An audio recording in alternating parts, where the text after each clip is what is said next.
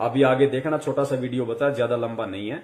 उस भविष्यवाणी में क्या बताया गया है जय गुरुदेव के द्वारा कि उस समय क्या होगा, कैसे तांडव मचेगा। आदमी सोचेगा कोई आदमी दिख जाए तो उसको काट के खा जाऊं, अन्न का दाना नहीं बचेगा, अन्न का दाना।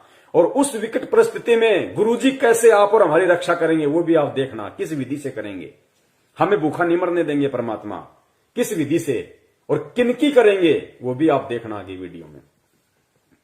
तो वो किला एकमात्र परम पूज्य सतगुरु रामपाल जी महाराज जी हैं। और जो व्यक्ति ये वीडियो देख रहे हो और अपना बचाव चाहते हो समय रहते, तो उन फर्जी नामदान केंद्रों पे जाके नाम दीक्षा मत लेना भैया, उल्टे मरोगे, उल्टे फंसोगे।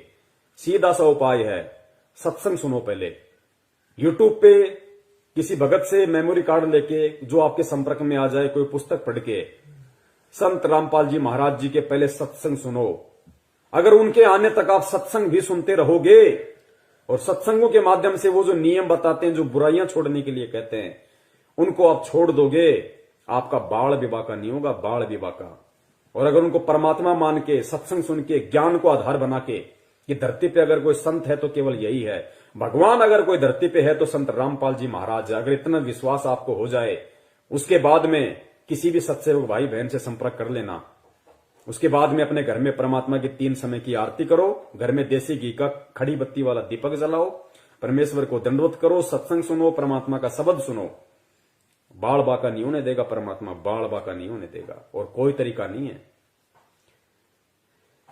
प्रकार की चीजें आगे युग में होने वाली है। जो लोग भगवान के साथ जुड़े होंगे, अच्छाई के साथ धर्म के रास्ते पर चल रहे होंगे, सिर्फ वही बचे।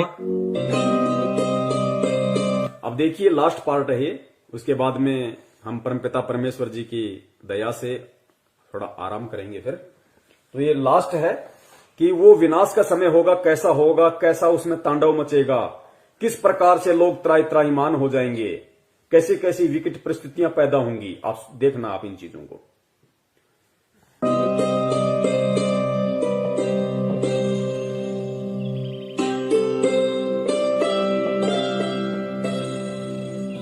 मैं सिर्फ बताता जाऊंगा, आपने सुनते जाना है। जिसे समझना होगा वो समझेगा, जिसे हंसना होगा वो हंसेगा।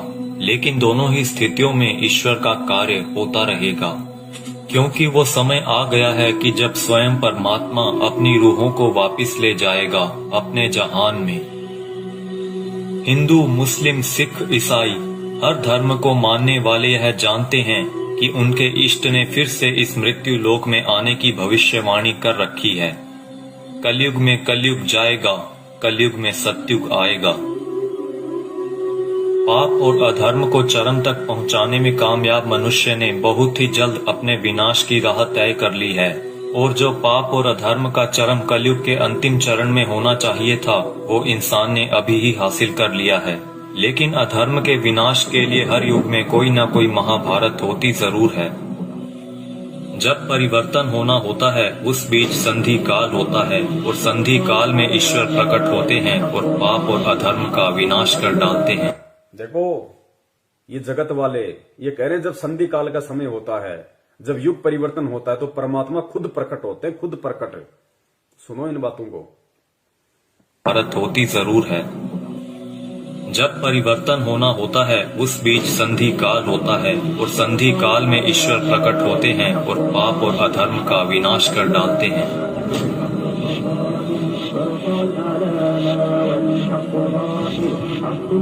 यह वीडियो वो लोग जरूर देखें जिनका परमात्मा में पूर्ण विश्वास है।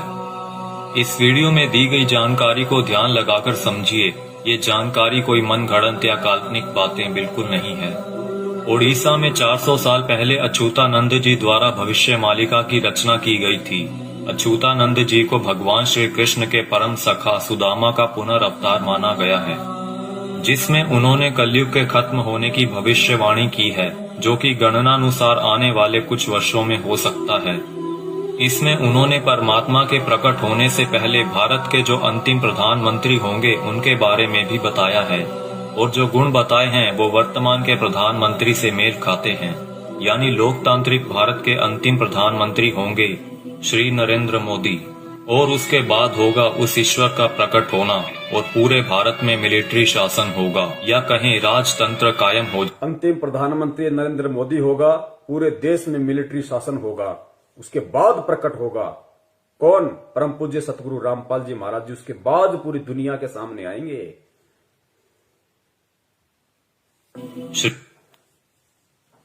इसमें उन्होंने परमात्मा के प्रकट होने से पहले भारत के जो अंतिम प्रधानमंत्री होंगे उनके बारे में भी बताया है, और जो गुण बताए हैं वो वर्तमान के प्रधानमंत्री से मेल खाते हैं।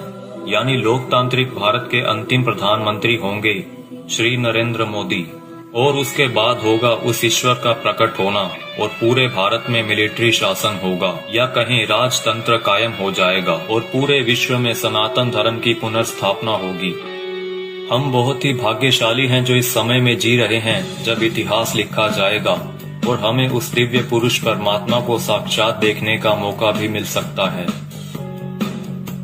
पद्म पुराण के छठे खंड में 71वें सेट पर श्लोक नंबर 279 से 282 में बताया गया है कि वो दुष्टों का विनाश करेंगे, पृथ्वी की हुई दुर्गति को ठीक करेंगे, अपनी सेना द्वारा ईश्वरीय नियमों को स्थापित करेंगे। वो पूरी दुनिया के एकमात्र शासक होंगे जिन पर किसी का नियंत्रण नहीं होगा, यानी कि वो सबसे ऊपर होंगे। वो पूरी दुनिया पर धर्म की विजय पताका फहराएंगे और पूरे विश्व के लिए पूजनीय होंगे। जब वो सामने आएंगे तो देश में इमरजेंसी लागू होगी। पूरी दुनिया के टीवी चैनल्स के जरिए सभी लोग उन्हें जान जाएंगे। उनकी सेना होगी, एडमिनिस्ट्रेशन होगी और उनके समाज सेवी मनुष्य भी होंगे। फ्रांसीसी भविष्यवक्ता माइकल द नॉस्ट्रेदामस की भविष्यवाणियों पर पूरी दुनिया के लोग यकीन रखते हैं, क्योंकि वो हमेशा सच साबित होती रही हैं। जिसमें उन्होंने 2020 को एक बहुत ही हिंसक साल बताया है, जहां दुनिया के बड़े बड़े देशों में गृह युद्ध के हालात होंगे। 2020 में ही सदी का सबसे बड़ा आर्थिक संकट भी आएगा। इसी समय में लोग काफी जागरूक हो चुके होंगे और लोगों में एक तरह का आध्यात्मिक झुकाव देखने को मिलेगा। नॉस्ट्रेदामस की ये सभी भविष्यवाणियां सेंचुरी नामक पुस्तक में दर्ज हैं। उनकी भविष्यवाणियों में कुछ भविष्यवाणियां ये भी हैं, जल्द ही दुनिया का तारनहार जन्म लेगा। वो एक ऐसे देश में जन्म लेगा जिसका नाम किसी समुद्र के नाम से जुड़ा होगा। आप जानते ही हैं कि पूरे विश्व में प्राचीन समय से ही भारत ही एक ऐसा देश है जिसका नाम एक समुद्र के नाम से जुड़ा है, हिंद महासागर। आगे नॉस्ट्रेदामस लिखते हैं, मैं उसे जब जब देखता हूँ मेरा सर सजदे में झुक जाता है। वो दुनिया को ऐसा ज्ञान बताएगा जो आज तक किसी ने नहीं दिया होगा। स्वयं को ज्ञानी विद्वान कहलाने वाले सभी उसके समक्ष नतमस्तक होंगे। वो सभी आत्माओं को वापस अपने देश ले जाएगा। माना जाता है कि ईश्वर के अवतार का प्रकट होना वैश्विक त्रासदी के समय में होगा। आज चारों ओर डर और हिंसा का माहौल है। तरह तरह की आपदाएं नित प्रतिदिन आती रहती हैं और आने वाला समय भी पता नहीं क्या लेकर आ रहा है। क्या यह वैश्विक त्रासदी का समय नहीं है? मनुष्य बहुत ही छोटा हो जाएगा और उसके सभी अस्त्र शस्त्र निष्फल हो जाएंगे।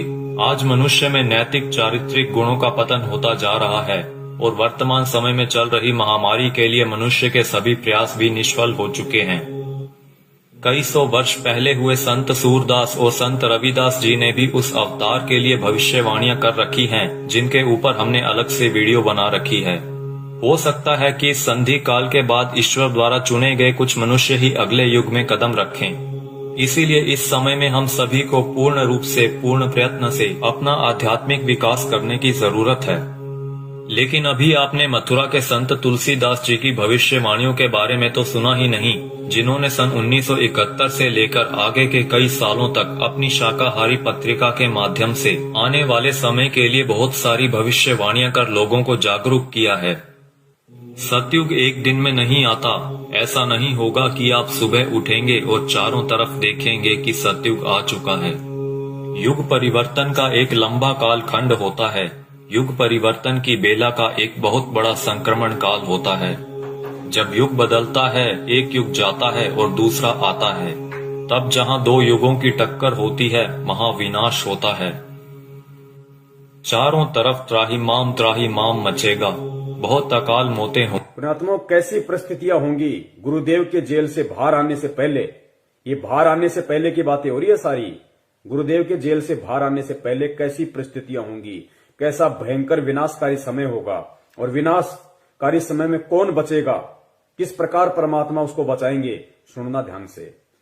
और ये जगत वाले कह रहे हैं, वीडियो बनाने वाले, कि अगर हमें वो सतयुग देखना है तो हमने अपनी भक्ति को बढ़ा देना चाहिए, अपना आध्यात्मिक विकास करने की शुरुआत कर देनी चाहिए।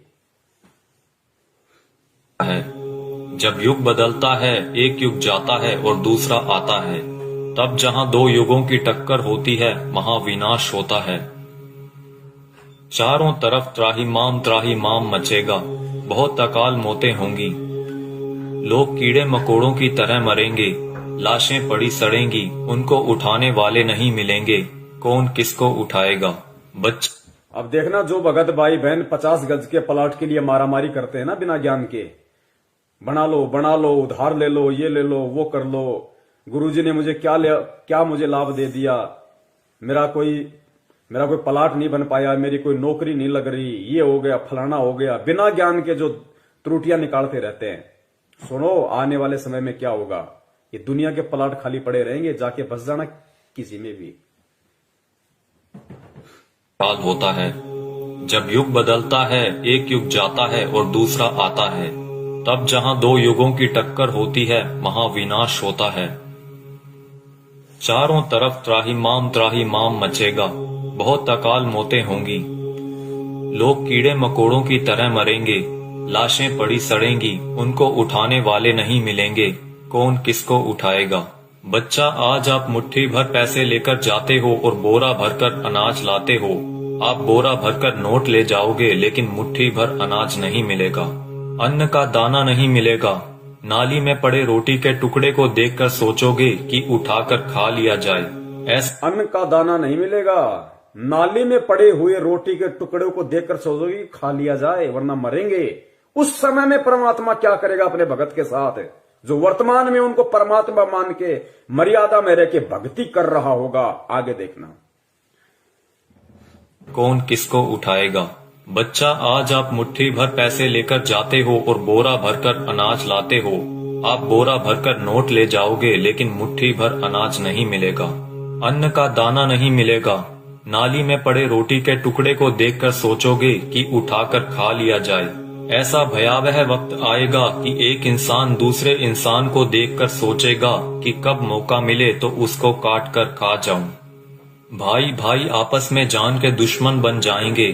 परिवार में झगड़ा झंझट, जाति जाति में झगड़े, समाजों में भीषण टकराव होंगे।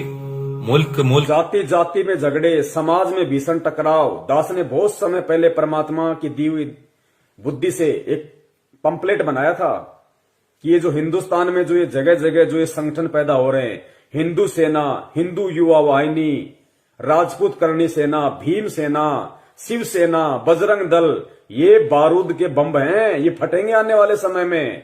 आपस में ये जो कह रहे हैं ना कि जाति जाति की दुश्मन हो जाएगी, समाज एक दूसरे के दुश्मन हो जाएंगे, ये बारूद के बम हैं जो तैयार हो रहे हैं। सरेआम तलवारें और बंदूकें लहराते हैं कि हमारा भगवा, हमारा ये, हमारा वो। ये देखना, ये त्राई मान मचेगा, गृह युद्ध।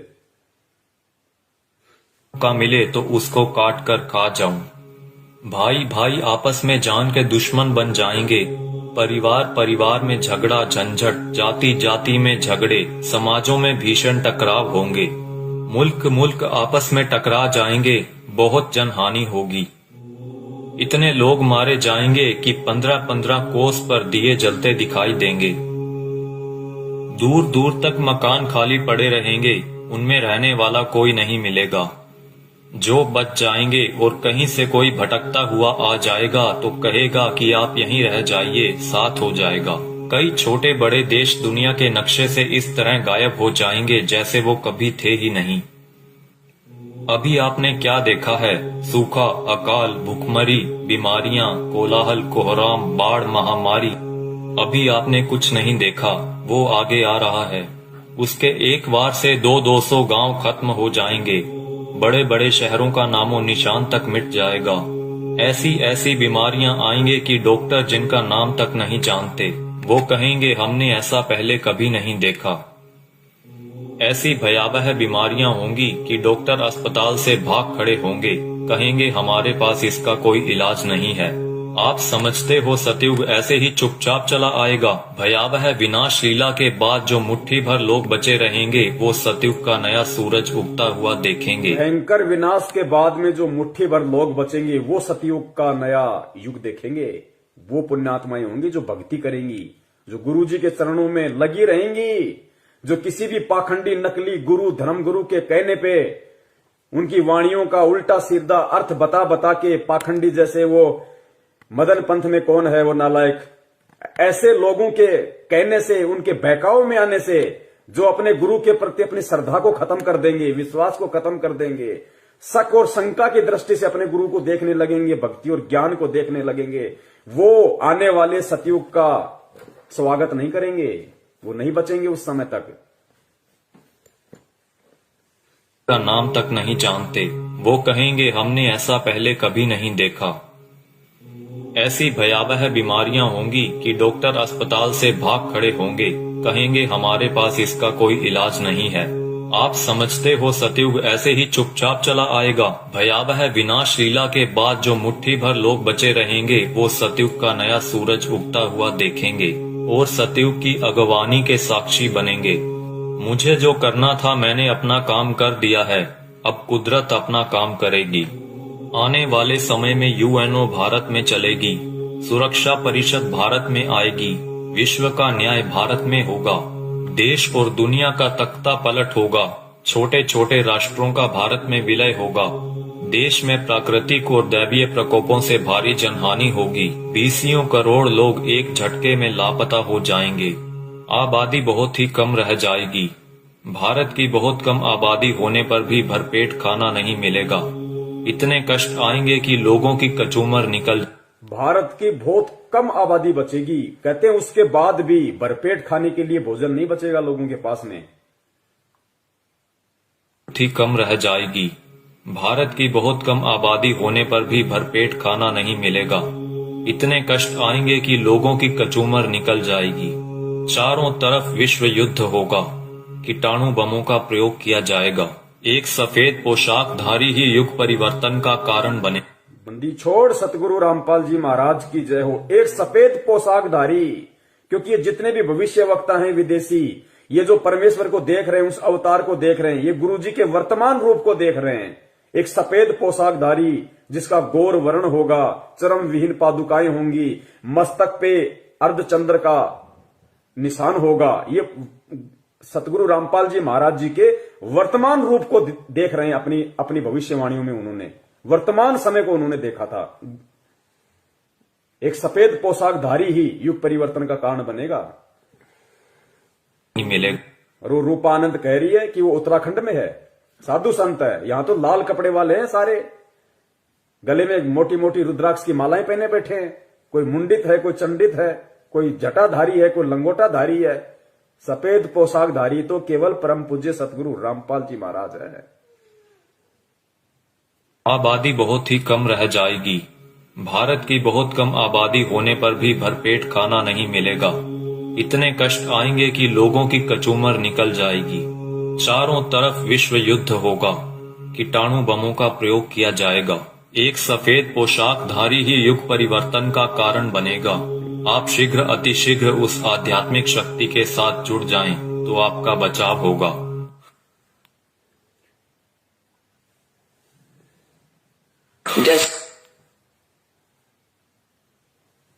तो पुण्यात्माओं, सुना आपने किस तरीके का तांडव अभी मचना बाकी है, और उस तांडव में किस प्रकार से विकट परिस्थितियां देश और दुनिया के सामने पैदा होंगी, और उन विकट परिस्थितियों में कौन और किस तरह के व्यक्ति ही बच पाएंगे। ये भविष्य वक्ता हैं, ये जय गुरुदेव जी हैं। अगर इनकी भविष्यवाणियां सच ना हो तो गुरुदेव कभी भी इनकी भविष्यवाणी का जिक्र नहीं करते। ये सत्य हैं, ये होके रहेगा, क्योंकि दुनिया ने ज्ञान से भगवान को नहीं पहचाना। अब दुनिया को ठोकर लगेंगी तो दुनिया भगवान को पहचानेगी। भारत की बहुत कम आबादी रह जाएगी, उसके बाद भी भरपेट भोजन नहीं मिलेगा।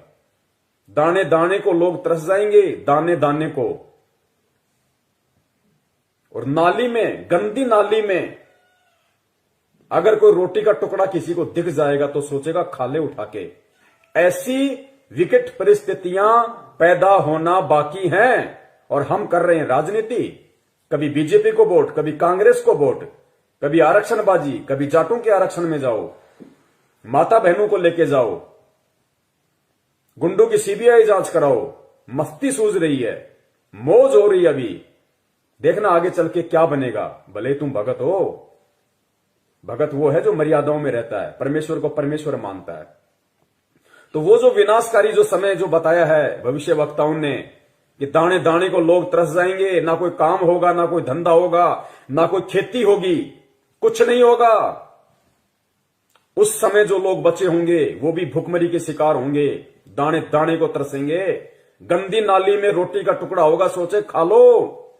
तो पुण्यात्माओं, उस समय में वो परमपिता परमेश्वर, वो बंदी छोड़ सतगुरु रामपाल जी महाराज जो अवतारी पुरुष है, महापुरुष है, तारणहार है, वो किन आत्माओं की रक्षा करेगा और किस तरह से रक्षा करेगा। वो उन आत्माओं की रक्षा करेगा जो परमेश्वर को परमेश्वर मानेंगी, जो उन्हें मुक्ति दाता मानेंगी, हृदय से, आत्मा से, जुबान से नहीं। और घर में अन्न का दाना ना होने पर भी वो परमात्मा किस तरीके से अपने बच्चों की रक्षा करेगा। पुण्यात्माओं, सबसे बड़ा भविष्य वक्ता परमात्मा होता है जो आज धरती पे संत रामपाल जी के रूप में है। लेकिन परमात्मा स्पष्ट रूप से जिक्र नहीं करते, परमात्मा संकेत कर देते हैं।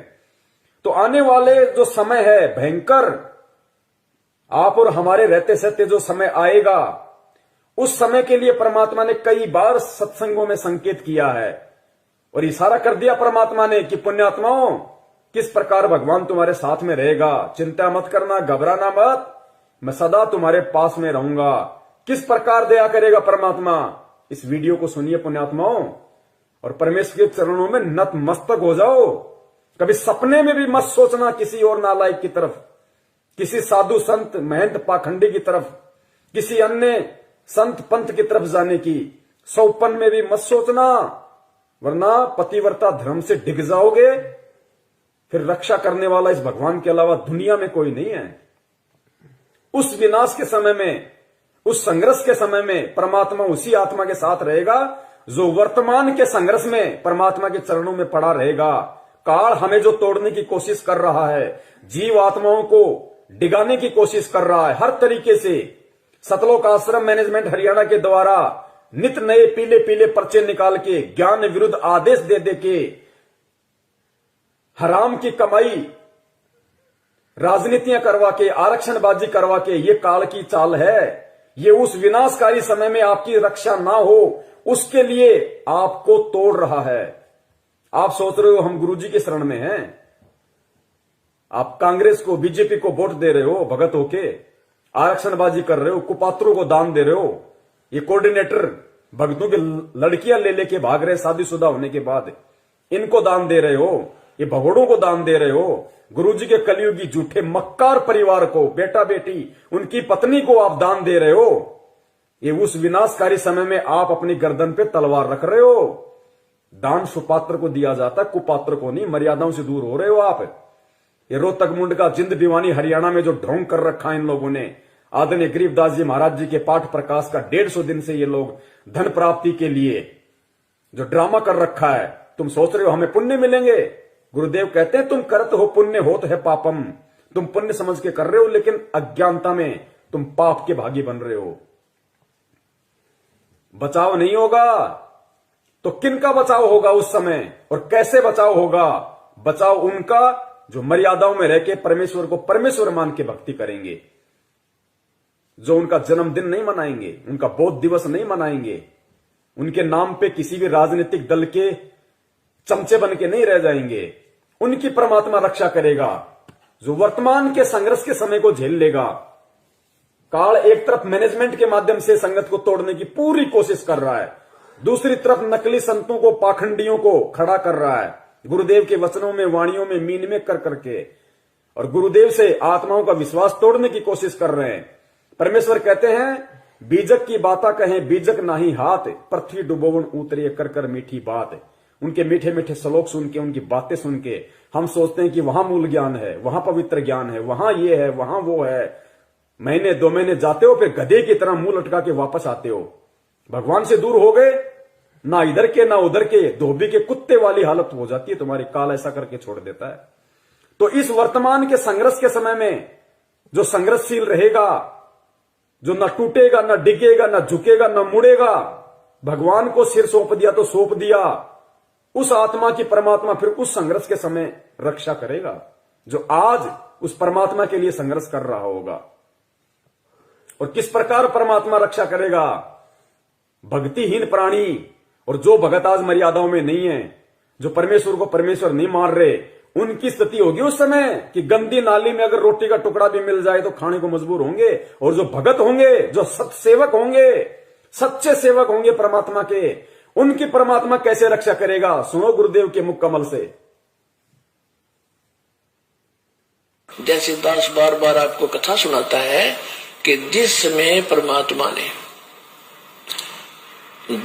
परमात्मा के नाम से झूठी चिट्ठी लिख दी थी कबीर जी के नाम से, और 18 लाख प्राणी साधु संत आगे थे। वो साधु संत कौन थे? घर छोड़कर जंगलों में अपने गुरुओं के पास भक्ति के लिए, भगवान के लिए भटक रहे थे। वो उनकी विशेष प्यारी आत्मा थी। अब वहां उन 18 लाख को 3 दिन तक झोंपड़ी में बैठे गरीब जुलाई ने, वो तो भगवान थे, लीला कर रहे थे, 3 दिन तक उनको वो भोजन खिलाया जो कभी सुना भी नहीं था उन महापुरुषों ने, भक्तों ने, साधुओं ने। और सोना की मोहर दी और दोहर दी और छक्के हलवा पूड़ी कचौड़ी जलेबी छक खाओ, छह बखाओ, जन्म का भूखे मरे थे, मेरे बुगड़े खानिए थे होते। तो उनके लिए जब ये लीला कर दी, पृथ्वी का को माल भी नहीं था, सतलोक से ला दिया जाता ने। पृथ्वी का माल नहीं था, काशी का भंडारा किया परमेश्वर ने, 18 लाख को खिलाया दिन में 4-4 बार। इस पृथ्वी लोक का नहीं था, वो सतलोक से लाए थे परमात्मा। और फिर आगे देखना पुण्यात्माओं, किस प्रकार उस विनाश के समय में जब ऐसी संकट पैदा होगा, ऐसी विकट परिस्थितियां पैदा हो जाएंगी, क्योंकि गुरुदेव तो परमेश्वर है, अंतर्यामी है, उनको तो पता है उस विनाश के समय का। उस समय का थोड़ा सा जिक्र परमेश्वर ने किस प्रकार किया कि बच्चों, तुम्हारे घर में अगर 2 दाने भी होंगे तो परमात्मा क्या करेगा, फिर देखना। उसको कहते हैं भक्ति का प्रतिफल। मेरे बुगड़े खानिए थे होता है। तो उनके लिए जब ये लीला कर दी, पृथ्वी का को माल भी नहीं था, सतलोक से ला दिया जाता ने। तो आने वाले समय में जैसे जनसंख्या बढ़ रही है, 100 वर्ष के बाद क्या खाएंगे ये, अगर ये माहौल नहीं बदलाते? फिर भगवान व्यवस्था करेगा। आपके घर में 2 दाने होंगे, तड़के भरा पाओगा मटका, पिप्पा भरा पाओ। आपके घर में 2 दाने होंगे ना, 2 दाने, तो परमात्मा कहते हैं भक्तिहीन प्राणियों की तरह मैं तुम्हें गंदी नाले में पड़ा हुआ रोटी का टुकड़ा नहीं खाने दूंगा। बच्चों, तुम्हारे घर में अगर 2 अन्न के दाने भी होंगे रात को, तो सुबह तुम्हारे उठने से पहले परमात्मा उस मटके को अनाज से भर देगा। ऐसी रक्षा करेगा परमेश्वर अपनी आत्माओं की। इसलिए हमारे को विश्वास होना चाहिए दृढ़ अटल कि धरती पे अगर भगवान है तो संत रामपाल जी महाराज है, उनके अलावा कोई पुरुष नहीं है। बंदी छोड़ सतगुरु रामपाल जी महाराज की जय। पीका को माल भी नहीं था, सतलोक से ला दिया जाता ने। तो आने वाले समय में जैसे जनसंख्या बढ़ रही है, 100 वर्ष के बाद क्या खाएंगे ये, अगर ये माहौल नहीं बदलाते? फिर भगवान व्यवस्था करेगा। आपके घर में फिर भगवान व्यवस्था करेगा।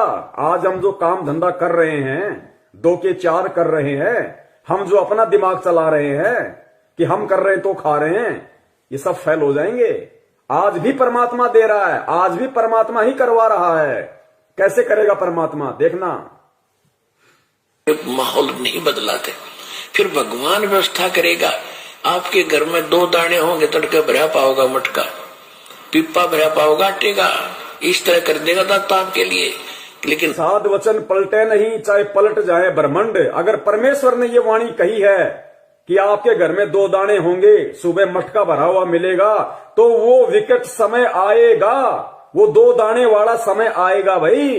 तभी परमेश्वर ने इस वाणी का जिक्र किया, ये बात कही है परमात्मा ने कि आपके घर में 2 दाने होंगे। नहीं तो भगत आज हम अपना काम धंधा कर रहे हैं, अपना कमाई रहे ना, लेकिन एक समय ऐसा आएगा ना काम होगा, ना धंधा होगा, ना कोई घर से बाहर निकलेगा, डरेंगे, सहमे हुए होंगे, डरे हुए होंगे। उस समय परमात्मा कहते हैं कि जो भक्तिहीन प्राणियों भूख के मारे क्या करेंगे, कब तक घरों में बैठे रहेंगे, ना ये ब्रह्मा रक्षा करेगा, ना विष्णु करेगा, ना दुर्गा करेगी, ना काल, ना महाकाल, ना देवी देवता, ना भैरू, ना भूत, ना यार, ना रिश्तेदार, ना मां, ना बाप। आज हम जिनके लिए भगवान से दूर हो रहे हैं कि मेरी मां रुष्ट हो जाएगी, मेरा बाप मुझे लड़ेगा, मेरी पत्नी मुझे छोड़ के चली जाएगी, उस समय कोई नहीं आएगा, वो परमेश्वर आएगा उस समय रक्षा करने के लिए। किनकी? जो भक्ति करेंगे, जो भक्ति करने की इच्छा से होंगे। बढ़ रही है 100 वर्ष के बाद क्या खाएंगे ये, अगर ये माहौल नहीं बदलाते। फिर भगवान व्यवस्था करेगा।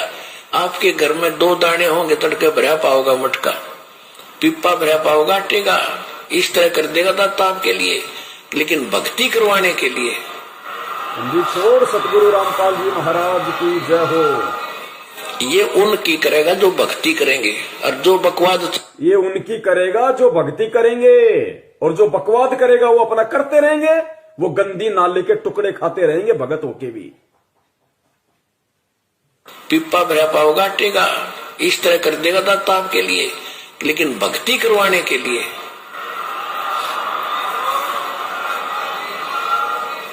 ये उनकी करेगा जो भक्ति करेंगे, और जो बकवाद चाहोगे वो अपना करते रहियो। ठीक है, जैसा भक्ति भजन करेंगे उनका लाभ मिल जाएगा, लेकिन वो उसमें से खड़ी रह जाएंगे। राजनीति करने वाले करते रहियो, आरक्षणबाजी करने वाले करते रहियो, परमात्मा रक्षा उनकी करेगा जो भक्ति करेंगे, जिनका मकसद मोक्ष प्राप्ति का होगा, कांग्रेस को जिताने का, बीजेपी को जिताने का नहीं। तो कितने लोग आज मर्यादाओं में हैं, और कितने लोग भगत होकर भी अपने आप को भगवान का भगत समझते हुए भी मर्यादाओं से दूर हैं। ये अपना आकलन स्वयं कर ले। दास की यही विनती है, यही प्रार्थना है। सत संदेश हम देते रहेंगे जब तक परमेश्वर हमें सद्बुद्धि देते रहेंगे। और निवेदन करूंगा सभी भाई बहनों से, वीडियो को ज्यादा से ज्यादा, ये ऐसा वीडियो है, ये बहुत लंबा चलना चाहिए वीडियो, हर आत्मा तक संदेशा पहुंचना चाहिए। अब ये दास इसको फेसबुक पे जाके और दोनों पार्ट को एक कर देगा ऊपर नीचे। उसके बाद में पुण्यात्माओं जितना हो सके वीडियो को शेयर करें, ताकि जिस प्रकार परमेश्वर ने आप और हमारे ऊपर दया करी है, उसी प्रकार परमात्मा हमारे अन्य भगत भाई बहनों पे भी दया करें, उनको भी परमेश्वर सद्बुद्धि दे, उनको भी समझ में आए, वो भी परमेश्वर को परमेश्वर माने। ठीक है, जो गलती उन्होंने परमात्मा का जन्मदिन मना के, बोध दिवस मना के कर दी है, अगली बार उनसे वो गलती ना हो, अगली बार उनसे वो गलतियां ना हो, वो भी आप और हमारी श्रेणी में आ जाएं, वो भी सत्सेवकों की श्रेणी में आए। तो हमें प्यार से, प्रेम से, बहुत ही आधीनी से परमपिता परमेश्वर जी के चरणों में बैठ के उनकी प्रेरणा से हमें ये सेवाएं करनी है, साथ में अपनी भक्ति भी करनी है, ताकि परमेश्वर भक्ति से ही प्रसन्न होंगे। सेवाओं का पुण्य अलग है। तो पुण्यात्माओं परमेश्वर दया करें, हम यही उनसे विनती करेंगे बारंबार उनके चरणों में दंडवत करते हुए कि परमात्मा साध संगति के लिए आप हम सत्सेवकों को लाइव शंका समाधान प्रोग्राम से जोड़े रखिए। आप इसी प्रकार हमारे सभी भाई बहनों का, हम एक दूसरे का इसी प्रकार भक्ति में विश्वास बनाए रखिए। हमारे अंदर वो दृढ़ता, वो विश्वास आप जी पैदा कीजिए, ताकि परमात्मा सपने में भी हम अपने पतिव्रता धर्म से दूर ना हो सकें। हम आपके चरण कमलों से परमात्मा सुई के नोक जितने भी दूर ना हो।